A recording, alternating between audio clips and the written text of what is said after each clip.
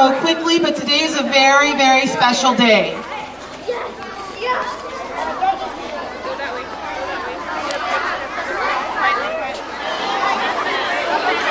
Okay, good morning.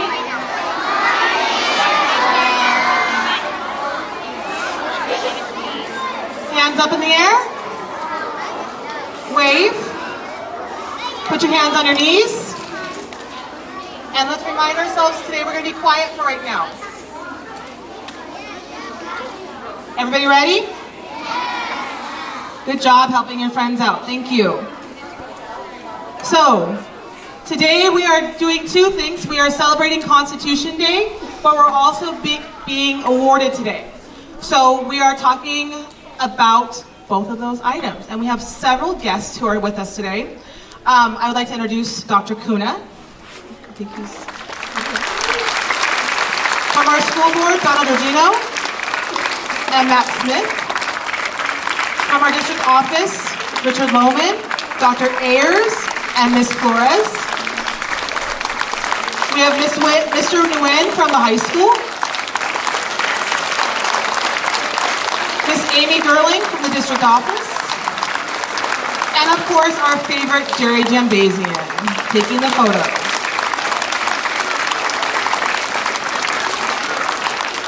Before we begin, I want to say a couple words of thanks. This place would not look like this without our staff, our volunteers, our PTA. They decorated Emperor so beautifully, and let's give them a big round of applause.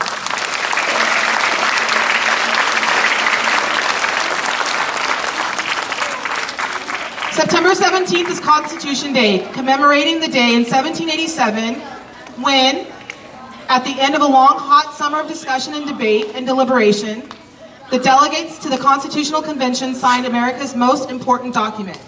It was on this day in 1789 that the federal government started to operate under the terms of the U.S. Constitution.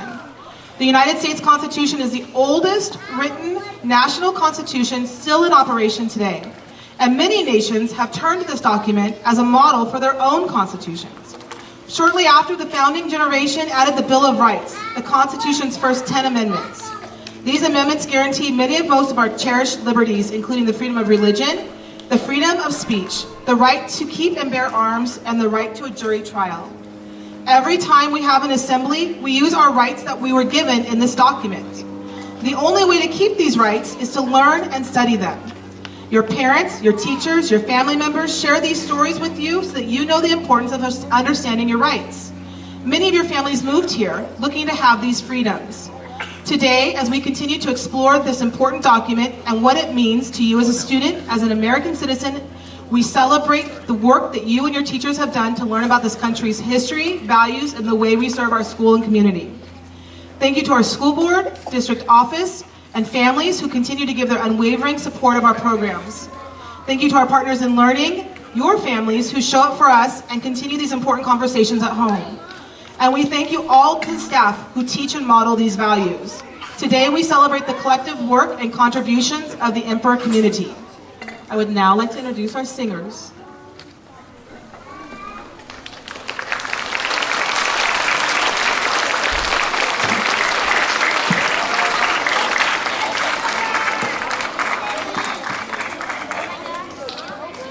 All right, hello everybody. My name is Mr. Gilbert. I am one of our VAPA teachers who teaches music, and we have six sixth grade singers that are going to sing a song for you called Shining Together. I wrote this song just a few weeks ago for them, specifically for this performance. They have practiced super hard over the last 2 or 3 weeks, and we're really excited to show you what we got. So let's give them a big round of applause.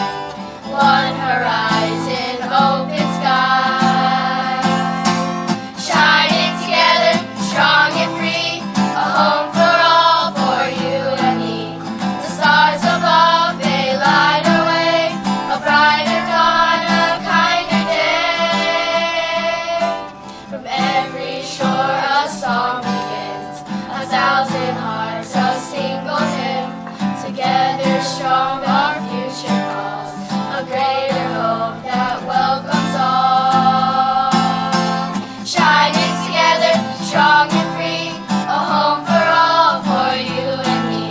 The stars above, they light away, a brighter dawn, a kinder day. Hand in hand, our voices blend, a living dream that will not end. Every color, every song, in this land we all belong. Shining together, strong and free, a home for all, for you and me. The stars above, they light away, a brighter dawn, a kinder day. Shining together, strong and free, a home for all, for you and me. The stars above, they light away, a brighter dawn, a kinder day. Forever shining, strong and free, this land of hope for you and me.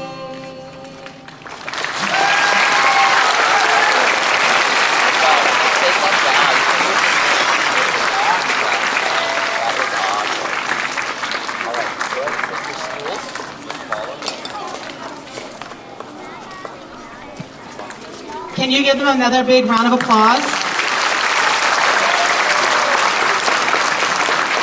About 7 days ago, I said a song would be nice, and Mr. Gilbert said, I'll write one and do it. And here we are today. That was amazing. Thank you so much, Mr. Gilbert, and to the singers. I would like to now introduce from 3rd grade, Ivana.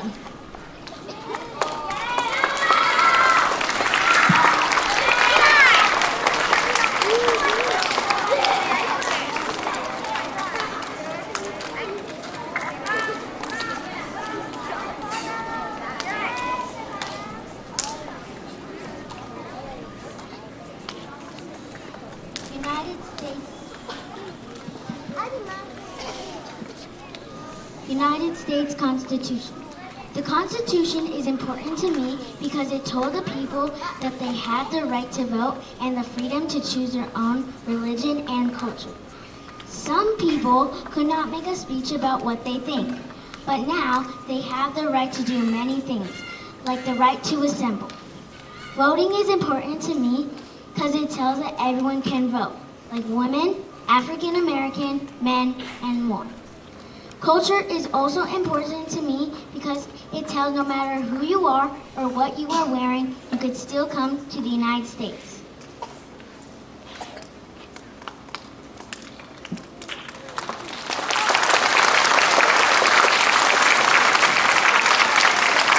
Can you please help me welcome Dr. Kuna?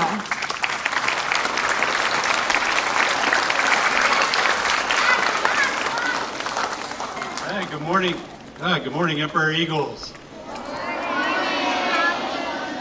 So, I cannot think of a better way to recognize Constitution Day than to be here celebrating with all of you your achievements in civic mindedness, specifically the power of democracy.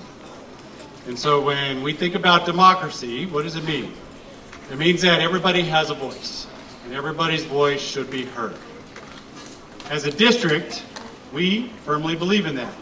So what are some of the things we do as a district to provide an opportunity for your voice to be heard? We have student advisory groups that give you representation, student representation, to have your voice shared with our school leaders and our district leaders, because everything we do has an impact on all of you. And because it impacts you, you should have a voice in what is happening to you. We send surveys home to your parents because we want them to share with us what are some of the things we should be doing to help shape your future. We place initiatives on ballots so that the community can vote on certain things, because there are people in this community that may or may not have students within our schools, but our schools are a part of the community. And because they're a part of the community, their voices matter as well. One of the things that I firmly believe in is the fact that because of all of you and what you're doing together, the PBIS award here at Emperor would not be attainable or would not have been achieved without your commitment to democracy. And when I talk about that, what it looks like is you guys helping one another, you guys speaking up for things in a kind manner, and following the rules to help keep others safe and healthy. All of that is practicing democracy. And when we talk about democracy, it does not mean that we are always going to agree on everything. It does not mean that we are always going to like everything that happens. But what democracy provides us is an opportunity to listen, to share our voice, and to find a way forward. So, I ask you to please remember that your kindness matters, your voice matters, and your teamwork matters. Thank you, Emperor Eagles, for everything you do.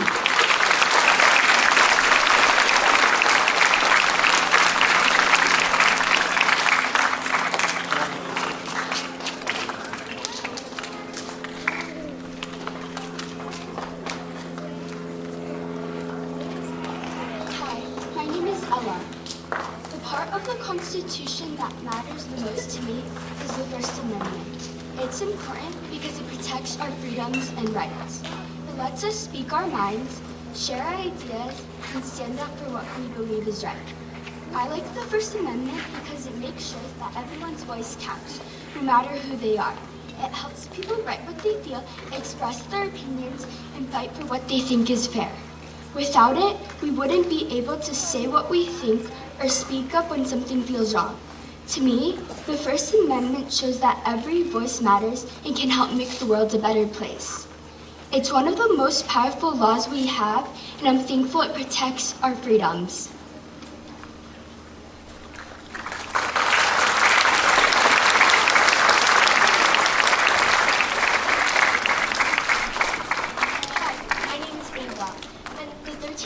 Amendment is really important to the U.S. Constitution. It means a lot to me because it gives us freedom. A long time ago, some people were forced to work without getting paid. They were treated like property and didn't have a choice. That's called slavery, and it was unfair. But the 13th Amendment changed that. It made slavery illegal in the United States. That means no one can be owned or forced to work. Because of this amendment, we all have the right to make our own choice.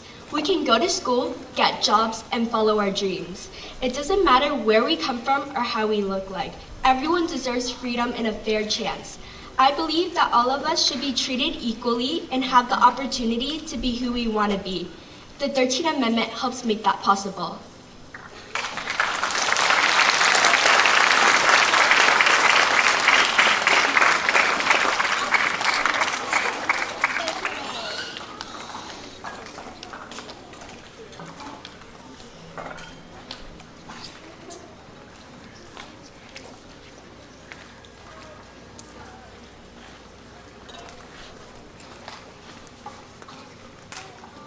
I would now like to welcome School Board Member Donna Giorgino.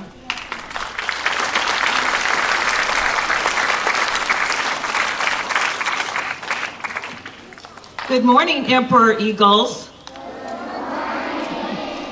Thank you for inviting me here today to celebrate Emperor School receiving a 2025 Civic Learning Award.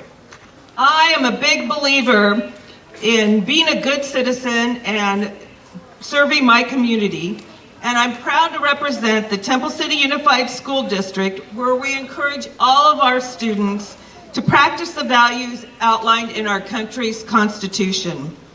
I am so inspired by all the things Emperor has done to earn a Civic Learning Award. From serving your school by offering patriotic assemblies and conducting ASB activities, to supporting our community by raising funds for Children's Hospital Los Angeles and bringing cards and cookies to our local heroes, you students are well on your way to becoming adults who care about others, make an effort to improve your community, and respect the rights of all citizens. You are a shining example of what is good in this country. Congratulations to all the students, teachers, staff, and administrators here at Emperor. Thank you.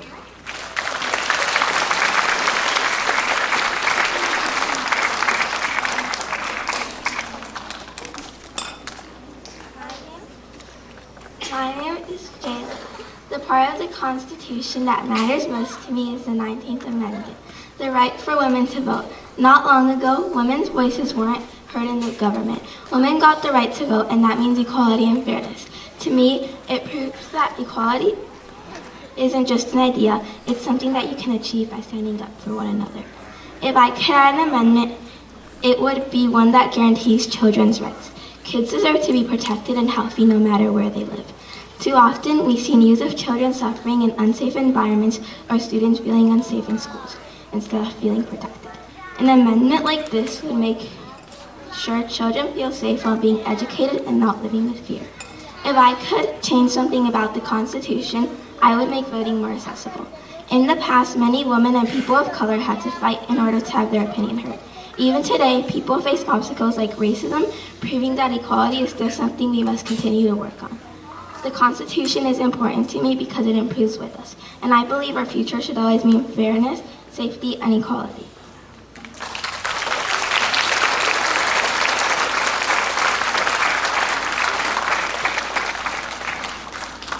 Thank you to all of our speakers. You guys did an amazing job.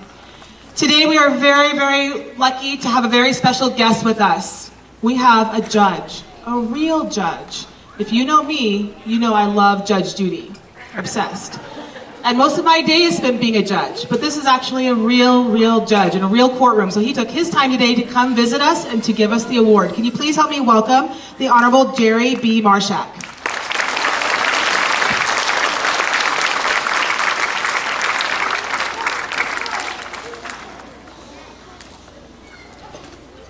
Good morning, everyone.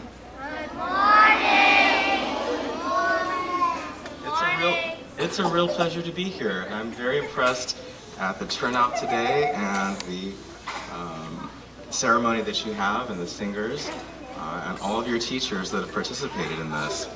I'm here to present the Civic Learning Award, which is given by the Power of Democracy.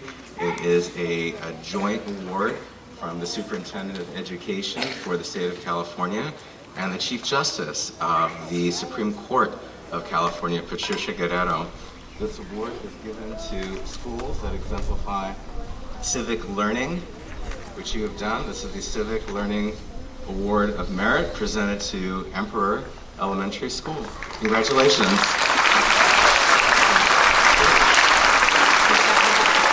Sure.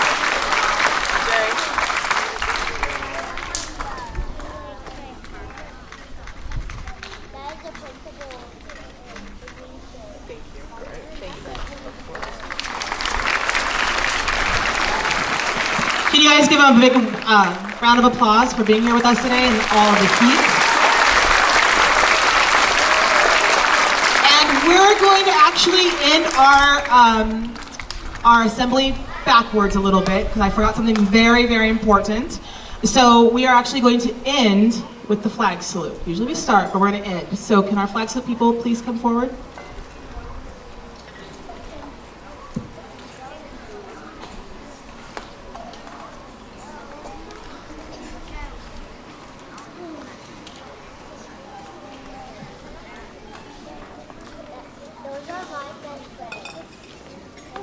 Please join us in the Pledge of Allegiance. Everyone, please stand. Please remove your hats. Place your right hand over your heart. Ready? Begin.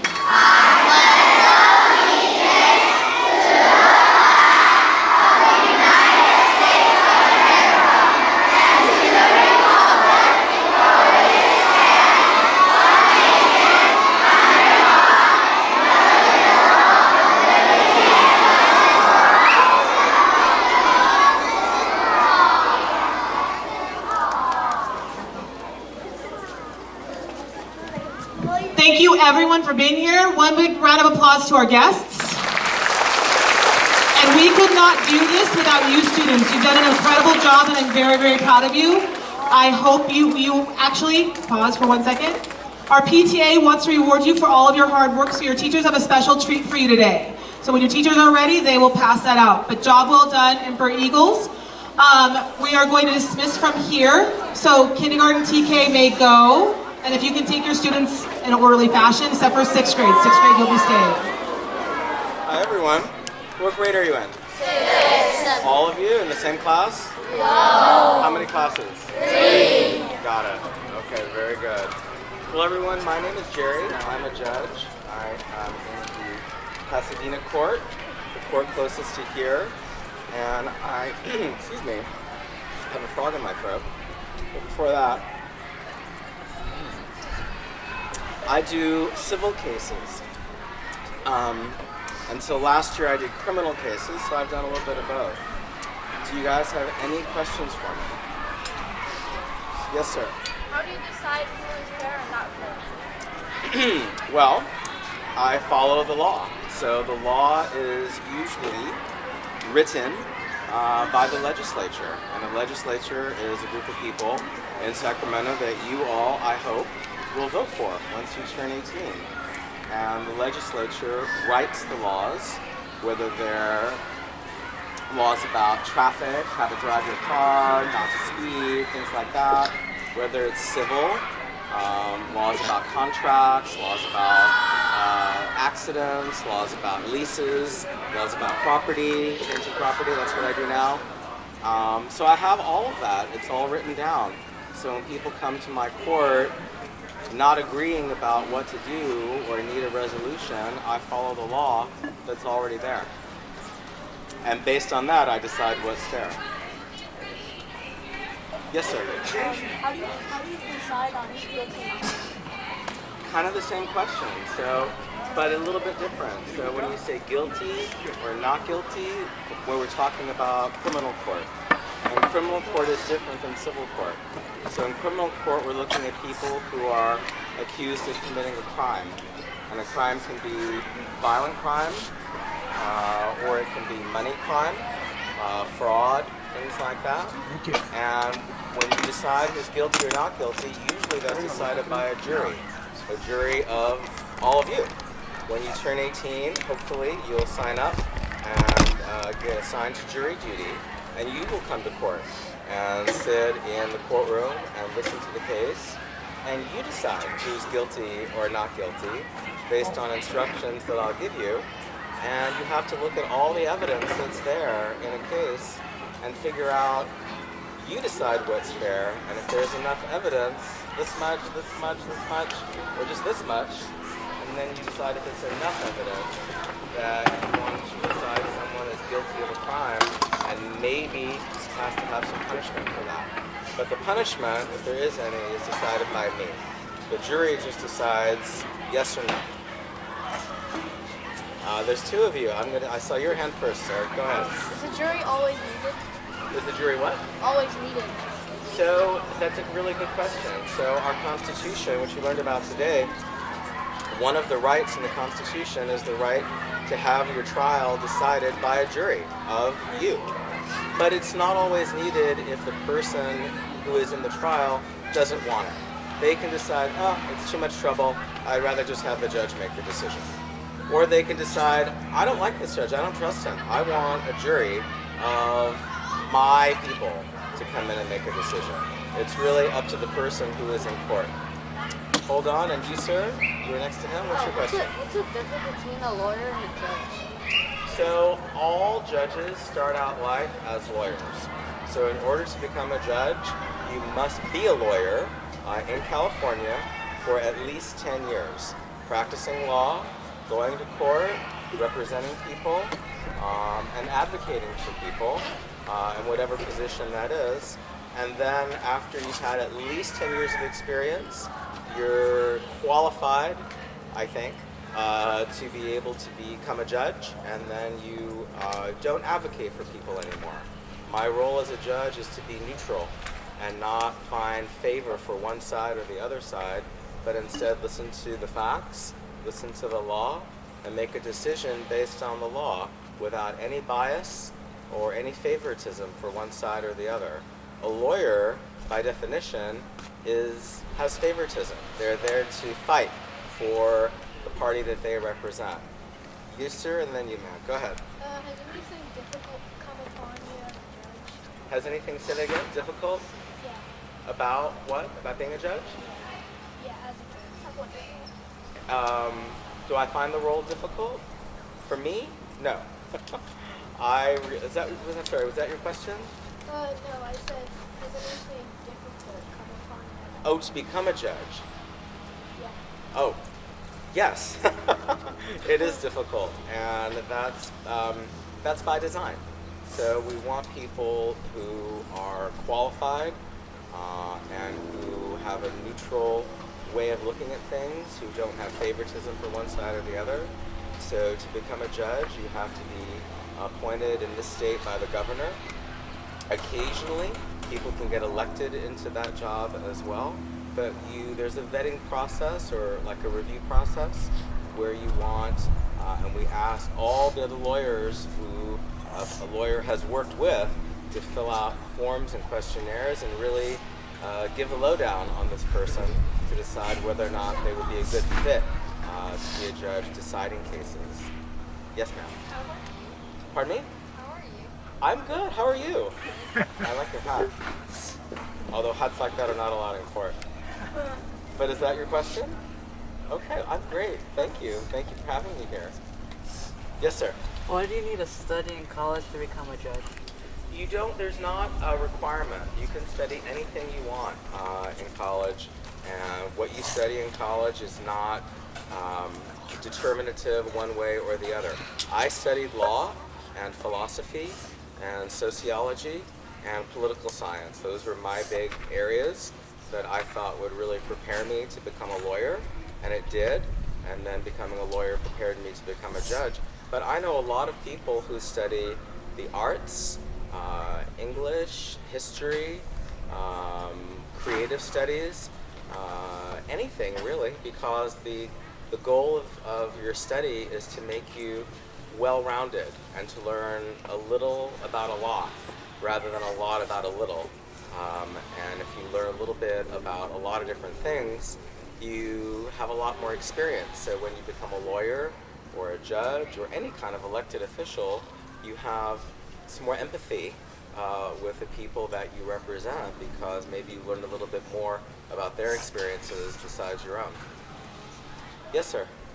Do you actually smack a hammer at the table? No, that's a really good question.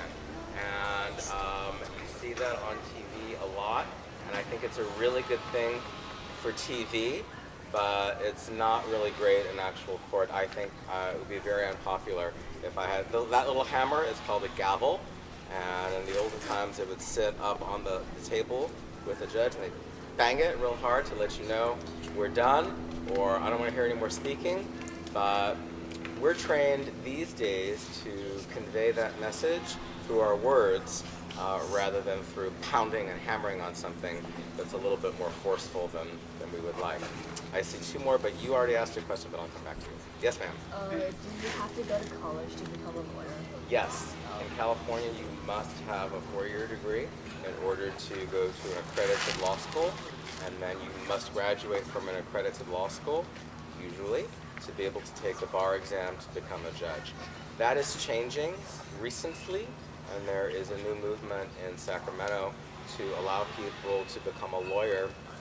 Kim Kardashian is a great example without having gone to law school if they, what's called apprentice, meaning they go study with a lawyer in their office, kind of like an intern, unpaid, and learn from the ground up how to become a lawyer. President Lincoln did that in the 1800s. That was the original way people became a lawyer. They didn't study in college or university.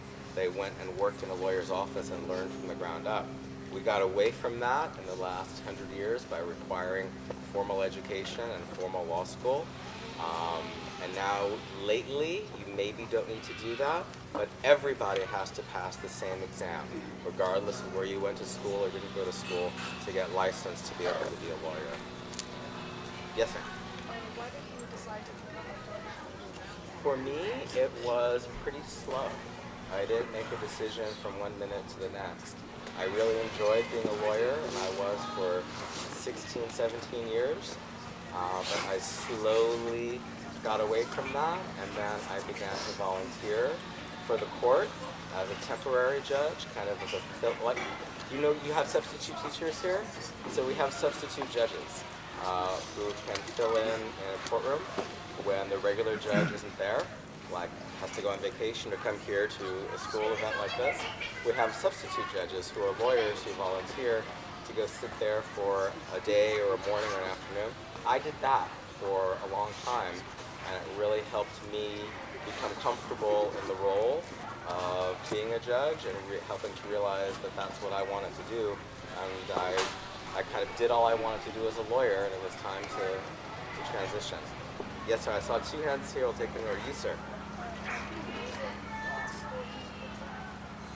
How many years of school do you need right now? Law school is 3 years. Most every law school in the U.S. is 3 years long.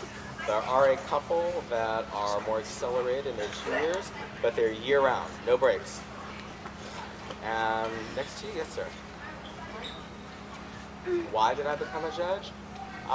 Because I had been exposed to it by being a volunteer for a little while, and I realized that I could, this may sound a little corny, but I realized that I could give back to the community a little bit more in my role as being a judge in a courtroom and deciding cases, rather than being a lawyer in a courtroom one case at a time, fighting for a case. I could have a bigger imprint, making a bigger contribution, deciding a lot of cases every day, which I do. Yes, sir. What did you want to be when you're Like your age? I wanted to be a lawyer immediately. I took a field trip to a courthouse when I was a little bit older than you, 1 year older than you. I think I was in 7th grade. And we went to a courthouse here in LA, and everyone else was kind of, whatever. I was very, very into it. And I watched the lawyers and the parties and the judge and the witnesses and the bailiff, and I felt at home. And I knew it kind of clicked. That's for me, in one role or another. What do you guys say to our judge for being here today? Thank Asked you. some amazing questions. I'm very impressed. I am You did a too. Great job. One more. There's one more. You, sir. How frequently do you solve cases? How frequently do I solve cases? So every courtroom is kind of different depending on what they do. Family court, juvenile court, civil court. So some of them are really low volume, one case every so often, and a lot goes into it. Right now, I'm in more of a high volume court, so I handle and dispose of probably 20 cases every day. So it's a lot of paying attention to everything that's happening and making decisions pretty quickly. You guys did some great questions. Yeah. We're very lucky to have you here today. So thank you It's very, my very much. pleasure. A big hand. Great to meet all of you. Great to meet you. Of course. Today, this award application was huge. It was a big, huge process. Finding it was a big deal. Completing it was a big deal. Pulling everything together, getting everything organized. But I really want to say thank you to Ms. Naylor. Can you guys give Ms. Naylor a big round of applause?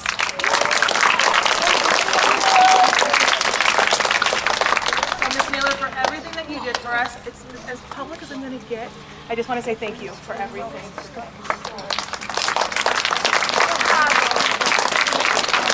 She is the brain power here, so I really appreciate all that she's done for us. So thank you guys. Now you guys can get your reward. Popsicles. Popsicles forever.